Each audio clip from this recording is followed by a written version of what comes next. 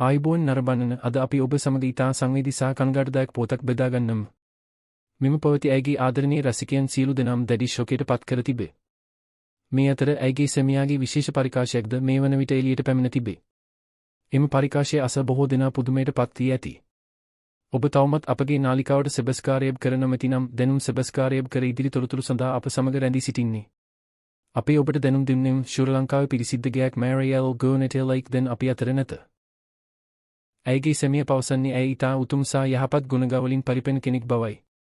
ඇය අද අපි අතර නොසිටියත් ඇයගේ මතකයේ සීමාවිටම රසිකයන්ගේ හදවත් තුළ ජීවමාන වනු ඇති.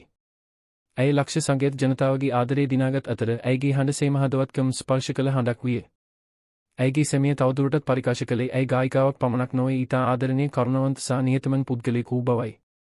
ඇයගේ වයෝවෘද්ධ පවුලේ සමාජිකයන්ට මිතුරන්ට සහ රසිකයන්ට විශාල පඩුවක් වී ඇති.